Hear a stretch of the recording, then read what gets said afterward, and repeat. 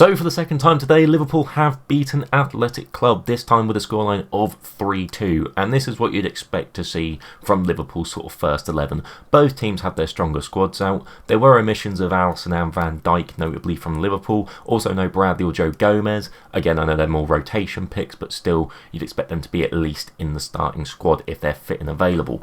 But outside of that, you had a very, very strong lineup, all of the attacking talent that we would want to see, and let's just get straight into the game itself. So Liverpool did take the lead relatively early in the first half. Ekitike leading the line, great run down the left wing, good sort of little step over dribble, pulls it across for Mohamed Salah, who just scores, doesn't he? Nothing's changed, he might be getting older, he still scores goals.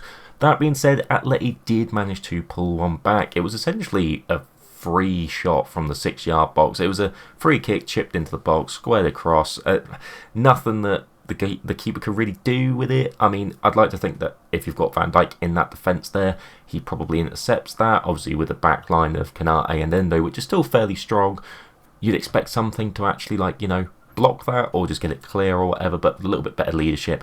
Hopefully that goal doesn't happen in the Premier League, for example. Again, taking that all into consideration, there was some absolutely lovely link-up play all throughout that first half. The attack and sort of quartet, I guess you'd call it, it wasn't really on the left-hand side, it was more all down this right-hand side, so the likes of Frimpong, Salah, Wirtz, Ekitike, all linking up. Liverpool could have had 3 or 4 on another day. Gakpo had a really good chance, Wirtz had a couple of chances himself, but it wasn't to be in that first half. However, Liverpool did then go on and take the lead in the second half. Gravenberch, little fake shot, shimmy round, bangs it in. Good save from the keeper, sort of across the ground, and Gakpo comes in and just mops it up for 2-1. Again, you love seeing the likes of Gakpo, Salah, whoever, scoring these poacher-types efforts. It just improves that sort of sharpness. You know that they're about, and when it comes to actual game time, they're going to be alert to those situations. However, given Gakpo all the plaudits, he did then score an own goal. Literally 5 minutes after the fact, corner comes in, Atleti player headers it straight off Gakpo's face, flies in the bottom corner for 2-2. Again, bit of a cheap corner to concede, maybe. Endo was put under a bit of pressure, which forced the issue, but calling them freak goals is a bit harsh because, you put yourself in those positions, these things can happen, but I would like to think that doesn't occur a lot in an actual competitive game, looking at the weekend or looking throughout the season. It was just a bit of an unfortunate one. That being said, though, Liverpool fought back again, and it was Gakpo.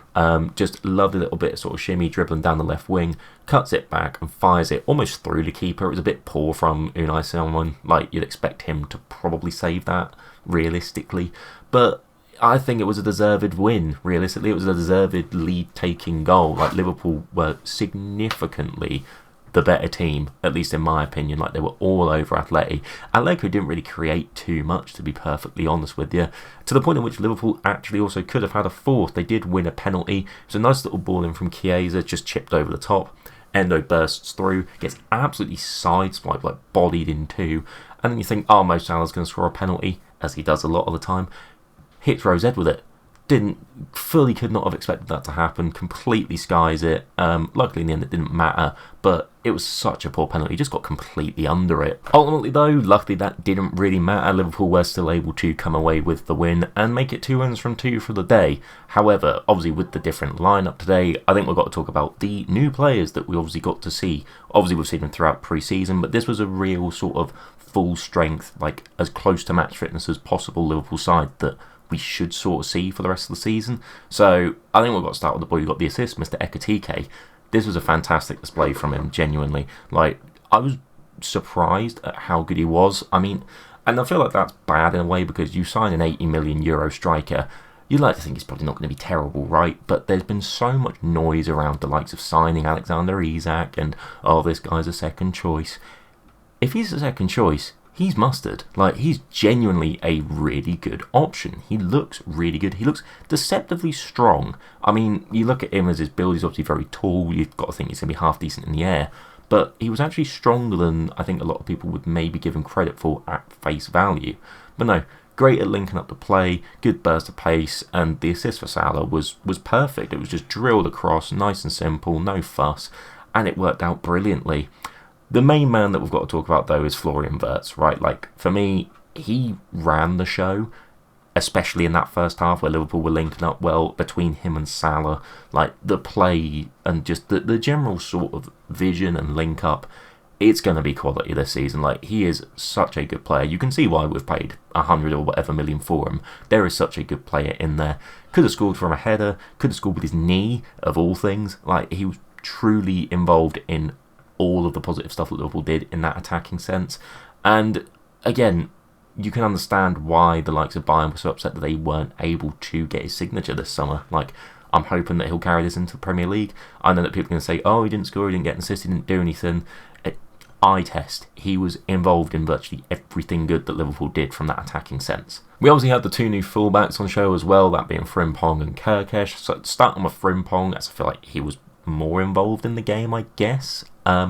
He just is so energetic. I don't know how to describe it. I'm really surprised at the engine that the guy has on him. Obviously, we know he's got attacking brilliance. I mean, he was virtually playing right wing for half the game, and he does link up so well in that creative attacking front line. He is built for that. I was surprisingly delighted, I'd say, by his one-on-one defending as well. You got to think today he was up against Nico Williams, who realistically, you've had Barcelona want him, Arsenal want him. Like, he's a very well sought after player and is a very good young prospering talent himself. He was kept relatively quiet today by Frimpong, who supposedly can't defend, and I mean, he did alright there. I know that I guess he kind of got beat on the first goal, maybe. But other than that, I mean, he shepherded the ball out of play a nice few times, just full of pace, full of track and back. Like, if Liverpool lost the ball high up the pitch, he's back, he's there already. And again, for the money that Liverpool paid for him, he looks like an incredible option, just constantly up and down, and hopefully he can continue that into the Premier League.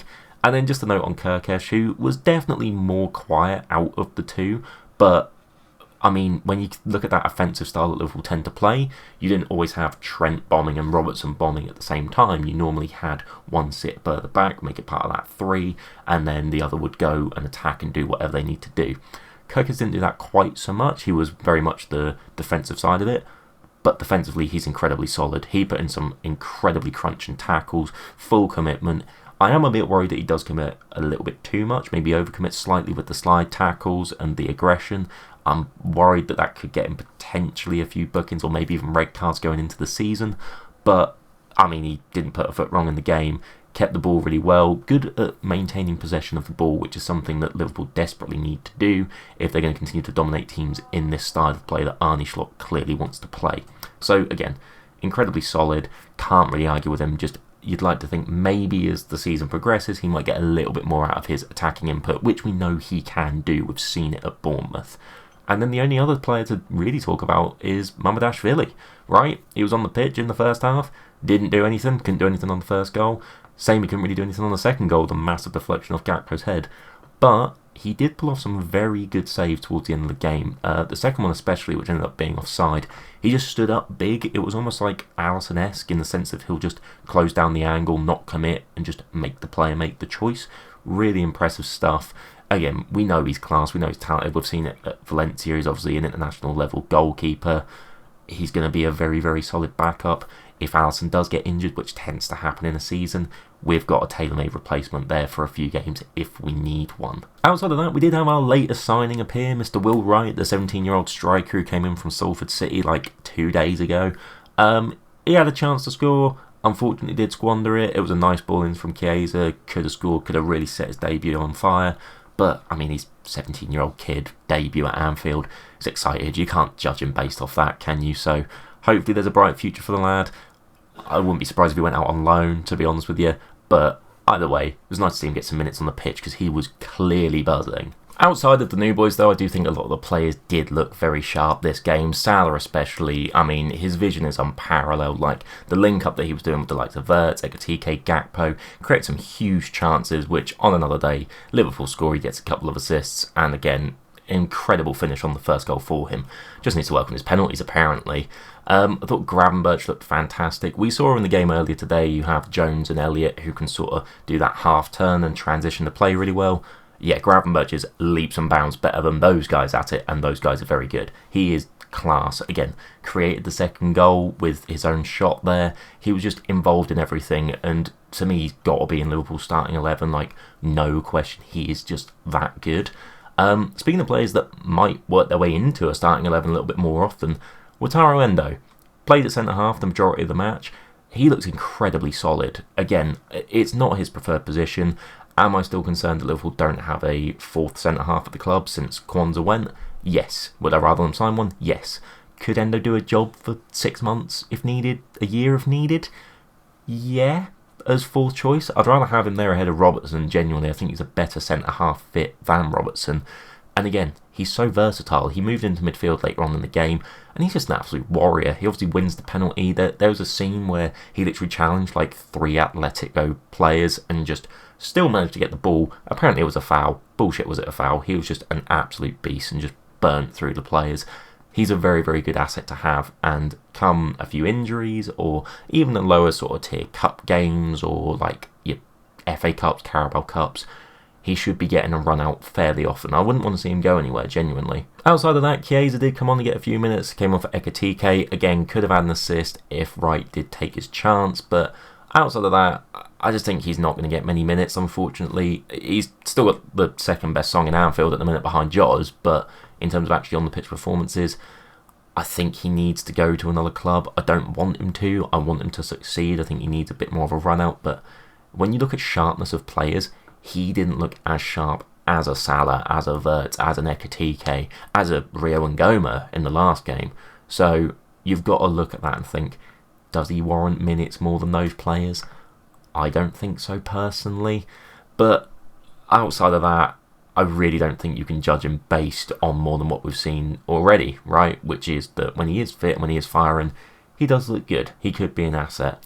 The only other thing I can really think to comment on in that game was that Konate nearly scored a bicycle kick, and that would have been hilarious. I mean, he should have scored. There's no two ways about it in that first half. But watching Konate with his 6'4" massive frame rotate in the air wasn't something I thought I'd see in 2025. But there you have it.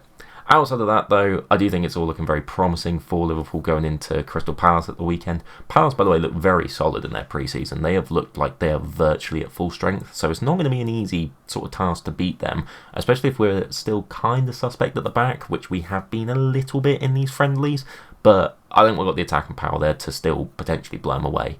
Anyway, let me know your thoughts down in the comments below. If you are new here and you haven't already, please do consider subscribing, and without further ado, I hope to see you in another video sometime soon.